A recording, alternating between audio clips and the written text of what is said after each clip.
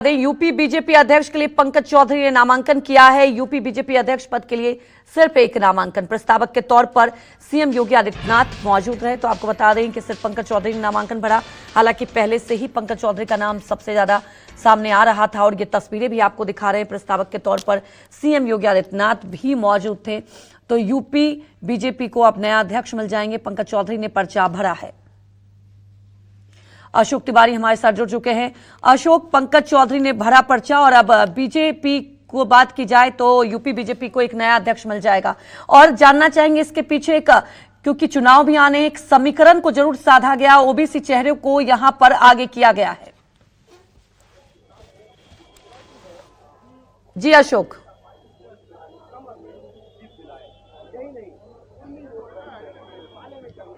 मुझे कोई ऑडियो नहीं आ रही है, कोई ऑडियो नहीं आ तो रही है। अशोक से संपर्क करेंगे।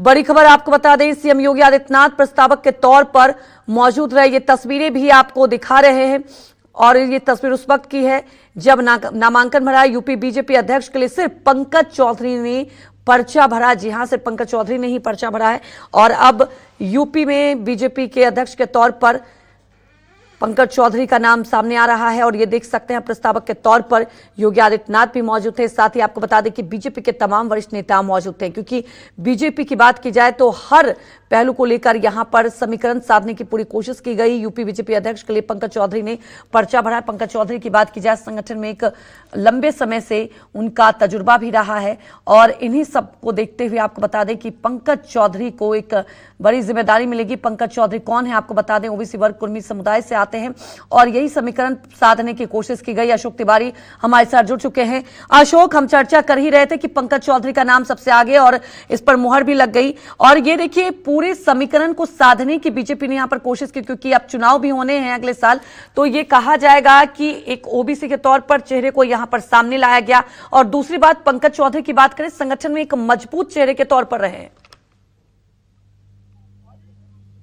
देखिए, निश्चित तौर पर उत्तर प्रदेश में पिछले 48 घंटों से पंकज चौधरी का नाम बहुत तेजी से चर्चा में आया कि वो उत्तर प्रदेश में बीजेपी के नए अध्यक्ष होंगे। हालांकि और भी बहुत सारे नामों को लेकर कयास लगाए जा रहे थे, लेकिन आज जब उत्तर प्रदेश बीजेपी के प्रदेश कार्यालय पर उन्होंने अपना नामांकन किया और उनके प्रस्तावकों के तौर पर तमाम सारे बड़े नेताओं को देखा गया, जिसमें खुद मुख्यमंत्री योगी आदित्यनाथ, केशव प्रसाद मौर्य, ब्रजेश पाठक और इसके अलावा स्वतंत्र देव सिंह, एक लंबी फेहरिस्त है उनके प्रस्तावकों की। तो बीजेपी ने उत्तर प्रदेश में एक ओबीसी चेहरे को लाकर कम से कम ये संदेश दे दिया है कि उत्तर प्रदेश में जिस तरह की ओबीसी पॉलिटिक्स देखने को मिल रही है पिछले कुछ वर्षों से, उसकी काट के तौर पर एक बड़े चेहरे को प्रस्तुत करने की कोशिश की गई है। पंकज चौधरी संगठन के पुराने नेता हैं, संगठन में बहुत लंबे समय से काम करते रहे, 7 बार के सांसद भी रहे हैं और महाराजगंज से ताल्लुक रखते हैं। तो ये बीजेपी की तरफ से कोशिश की गई है कि किसी निर्विवादित चेहरे को सामने लाया जाए, जिसका एक बड़ा पॉलिटिकल फायदा भी पार्टी को मिल सके। दूसरी महत्वपूर्ण बात यह भी है कि जिस वर्ग से ताल्लुक रखते हैं पंकज चौधरी, दरअसल ओबीसी वर्ग में सबसे ज्यादा जो तादाद है वो यादवों की मानी जाती है और यादवों के बाद सबसे ज्यादा तादाद कुर्मी वर्ग की मानी जाती है। पंकज चौधरी उसी कुर्मी बिरादरी से आते हैं, लिहाजा बीजेपी की तरफ से खासतौर पर इस वर्ग में भी एक बड़ा संदेश देने की कोशिश उत्तर प्रदेश में खासतौर पर की गई है।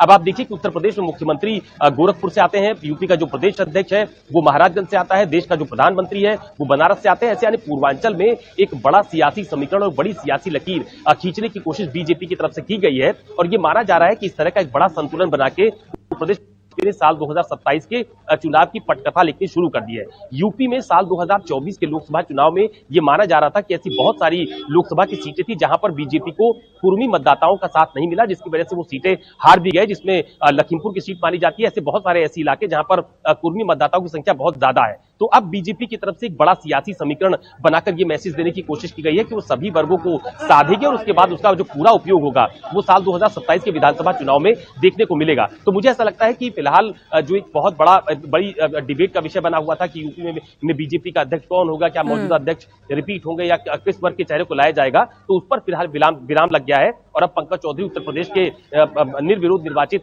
अध्यक्ष तय हो चुके हैं। हालांकि औपचारिक तौर पर बीजेपी इस बात की घोषणा कल दोपहर करने वाली है। लखनऊ में एक बड़ा आयोजन किया जाएगा बीजेपी पार्टी की तरफ से, जिसमें तमाम पार्टी के बड़े नेता मौजूद रहेंगे। पीयूष गोयल की तरफ से औपचारिक तौर पर उनके नाम की घोषणा की जाएगी कि पंकज चौधरी उत्तर प्रदेश बीजेपी अध्यक्ष हो चुके हैं। हालांकि आज जब 2 से 3 के बीच का नामांकन का वक्त था तो सिर्फ एक ही नामांकन बीजेपी की तरफ से किया गया है पंकज चौधरी की तरफ से, लिहाजा उनका निर्विरोध निर्वाचन तय माना जा रहा है। बिल्कुल, क्योंकि एक ही नामांकन भरा गया। अशोक, वहीं सबसे बड़ी बात यह है कि जैसा कि आप भी जिक्र करते हैं, संगठन में इनकी एक मजबूती है और आने वाले विधानसभा चुनाव के लिए हर समीकरण को यहां पर साधा गया। आप वहीं पर दफ्तर के बाहर मौजूद हैं, जरा वहां पर क्या हलचल। और सबसे बड़ी बात यह है कि प्रधानमंत्री मोदी के भी करीबी माने जाते हैं पंकज चौधरी।